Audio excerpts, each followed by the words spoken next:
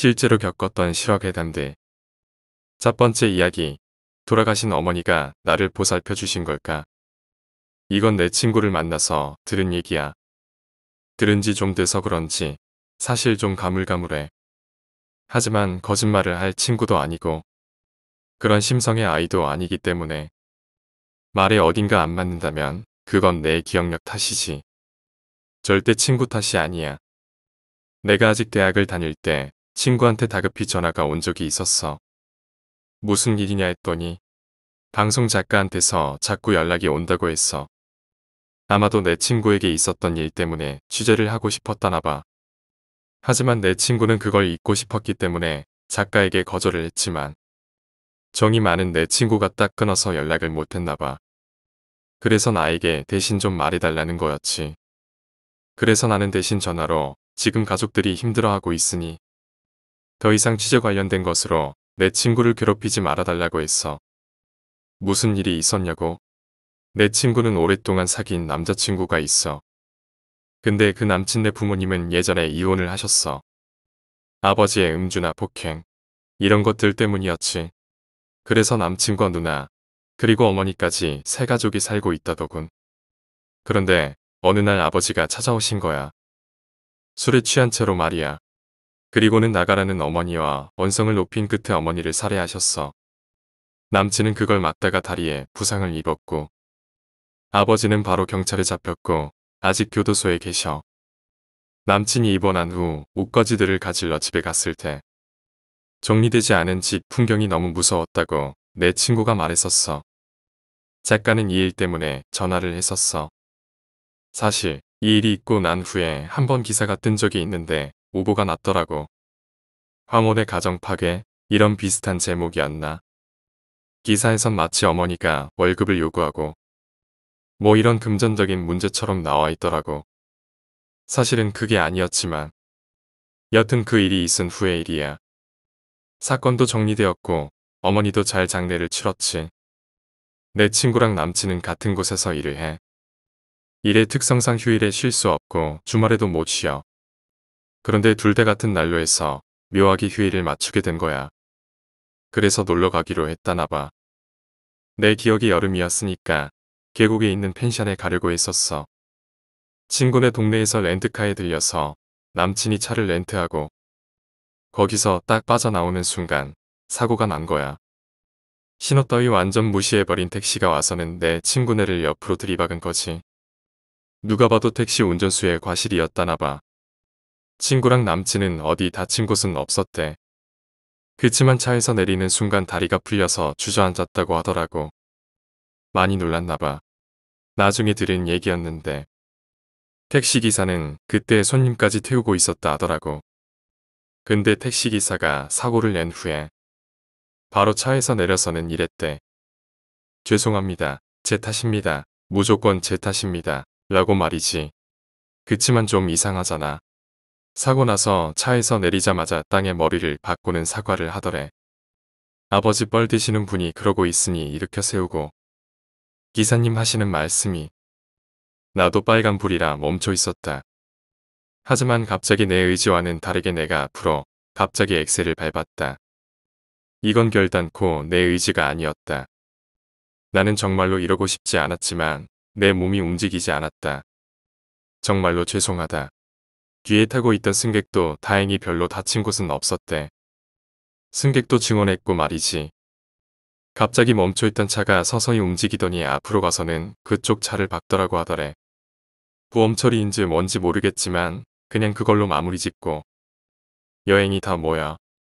그냥 파토난 거지. 그래서 찜찜한 기분으로 다시 집으로 돌아왔대. 남친이 따로 나와서 살고 있는 원룸에서 맥주나 한 잔 마시기로 하고 친구가 맥주를 사왔는데 남친이 TV 앞에서 멍해 있더래.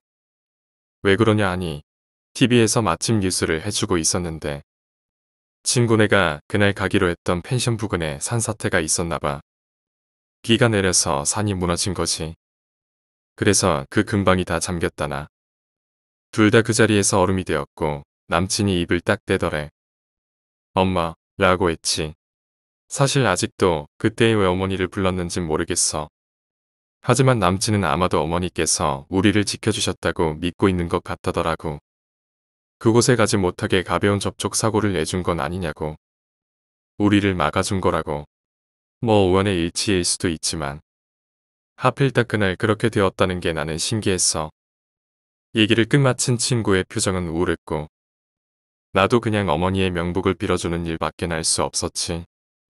두 번째 이야기, 귀신을 보고 병원에 실려갔다. 대구 시내에서 옷을 사고 차로 돌아오는 길이었지. 자가용이 있었던 나는 공원에 주차시켜놨는데 난 내 차에 가서 경악을 금치 못했어. 어떤 아이가 내 차의 보닛 뒤에서 방방 뛰고 놀고 있는 거였지. 난 그 애한테 다가가 애한테 성질을 내고 차에서 내려오라 했는데 사람들이 나를 이상하게 쳐다보는 거였지. 막 사진을 찍고 손가락질에 욕을 하는 거야. 그 아이한테 어디 사는 누구냐고 물어보려는데 나는 그때 기절할 뻔했어. 왜냐면은 그 아이 눈이 흰자없이 까맸기 때문이야. 난 그때 깜짝 놀랐다가 다시 안정을 되찾았지. 밤이라서 잘못 본 거라고 자기한테 주문을 외우고 다시 그 아이를 보았는데 아이가 그 자리에 없는 거야. 근데 그놈이 내 차의 천장 위에서 씩 웃으면서 혀를 내미는데 혀가 내 차 유리창까지 닿더라고. 난 그때 아마 정신을 잃고 쓰러진 것 같아. 거기까지밖에 기억이 나지 않았기 때문이야. 일어나니까 난 응급실에 있었지. 주위의 신고로 응급실에 실려간 거였지. 난 아직 정신을 못 차려서 다음날 아침에 퇴원하자마자 집으로 가서 블랙박스 녹화 내용을 보려고 했었지. 하지만 난 블랙박스의 내용을 보고 정말 소름 돋고 기절할 뻔했어. 차 위에서 뛰고 있는 사람은 나였기 때문이야. 근데 정말 무섭고 이상한 게 차에는 아무런 손상도 없었다는 거야. 내가 키 177에 몸무게 69거든. 이 정도 덩치에 약한 보닛 뒤에서 방방 뛰어대면 블랙박스 손상과 보닛 파손에 엔진 손상까지도 가능한데 어찌 차의 손상은 커녕 흠집도 나지 않았지. 난 그날 이후로 두려움에 시달려 일주일 휴가 내고 엄마 집에서 며칠 지내다 왔어. 내 말이 거짓같이 들리지? 나도 내 플박 영상 보고 이게 꿈이기를 빌었어. 귀신은 실존하는 것 같아. 세 번째 이야기, 퇴근길의 택시. 지인이 직접 겪은 일임을 먼저 밝힙니다. 퇴근하고 회식까지 있었던 그날 밤은 밤 11시 정도밖에 안 된 시간이었는데도 택시가 잘 안 잡혔다고 합니다. 우여곡절 끝에 겨우 택시를 잡고 주소를 알려준 다음 풍경을 보고 있었고 얼마 후에 동네 근처에 다 왔다고 합니다. 그런데 택시가 빠른 길로 가지 않고 자꾸 다른 길로 도는 느낌을 받았답니다. 이상해서 운전기사분께 이쪽 방향이 아닌 것 같은데요 라고 말하자 기사가 약간 풀린 듯한 목소리로 인생을 살면서 어떻게 정해진 길만 갈 수 있을까요? 라고 했답니다. 그제서야 덜컥 겁이 났던 그녀는 운전기사를 살펴봤는데 정상 상태가 아닌 얼굴 표정을 하고 있는 사람이었답니다. 그 후로 기사는 뭔가 계속 횡설수설 혼잣말을 했고 그녀에게 세상을 살다 정말 힘들 때가 오면 기사님하고 3번 부르면 자기가 오겠다는 얘기까지 했고 너무 무서워진 그녀는 집에 전화를 걸었답니다. 엄마, 지금 집에 다 와가는데 무서운 사람도 많고 그러니까 집 앞에 나와서 기다려줘.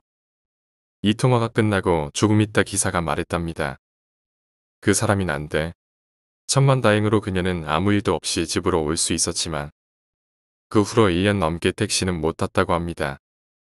오늘 이야기는 여기까지입니다. 오늘 이야기가 재미있으셨다면 구독과 좋아요, 댓글 부탁드립니다. 댓글은 저에게 큰 힘이 됩니다. 감사합니다.